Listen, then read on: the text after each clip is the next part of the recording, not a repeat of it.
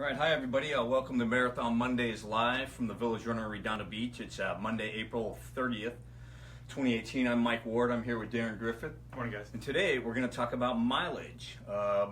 Basically, what I did last night was, yesterday, I did, so we kind of would know what we're talking about. I did a little research. Went online and ran. I know quite a few of these things just from experience, but I figured I might as well check out, see what the experts are saying as well.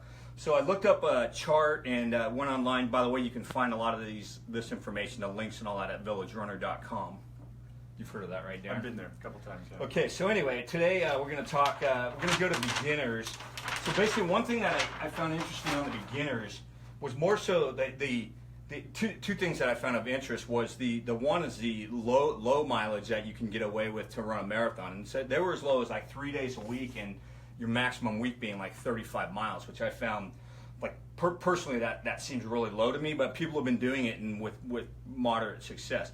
The other thing I found interesting on the opposite end of that spectrum is how fast they want you to do your longest run at 20 miles, but what I found interesting was how fast you get up to that. They can ramp it up pretty quick, and there's where you want to use a little caution. You don't want to follow your guidelines as well. Don't let them ramp you up too quick. If you feel fatigued or feel tired, take it back a notch or two. So the thing that is interesting about the 20 that popped up in a lot of different articles that I read was the 20 kind of seems like the magic number, meaning you should be able to run 20 miles comfortably before you run a marathon. Otherwise, it may not be too pleasant of an experience. That last 6 miles. So one thing that I did throw in here was my goal time, first time I ever ran a marathon was 3:15, and I just made sure to run a 3 hour and 20 minute run.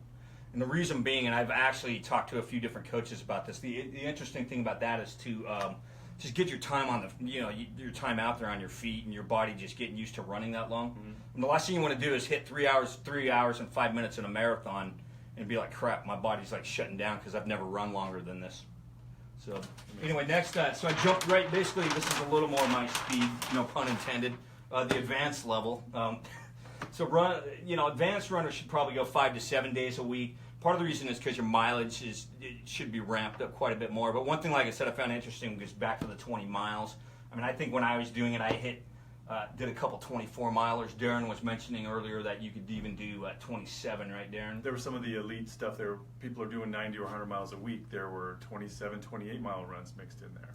And so that does bring up an interesting thing, the 90 plus. So twice in my life I've been in really, really good shape. I mean, some of my faster times ever have been 90 plus miles in a week, and then preceded by a pretty good season. The only thing I would say is proceed with caution, because both of those seasons also ended in injury. Yeah. So anyway, Darren, you wanted to explain a little more about you had some notes on some other stuff? Yeah, we're going to take it back to when we started this. It was about finding a race that works for you using so you want to ramp up very slowly, I'm sorry. And for folks who are doing like a 4-hour marathon like myself, I wouldn't be doing a 90-mile week. It's going to be more in the 35 to 45-mile week.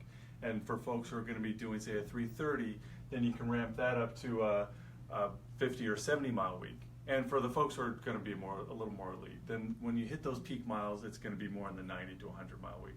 So find the one that works best for you and proceed with caution.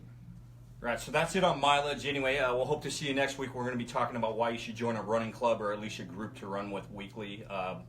And we'll give you some reasons why that's a good idea. Anyway, we'll see you next week. Thank you. See you guys.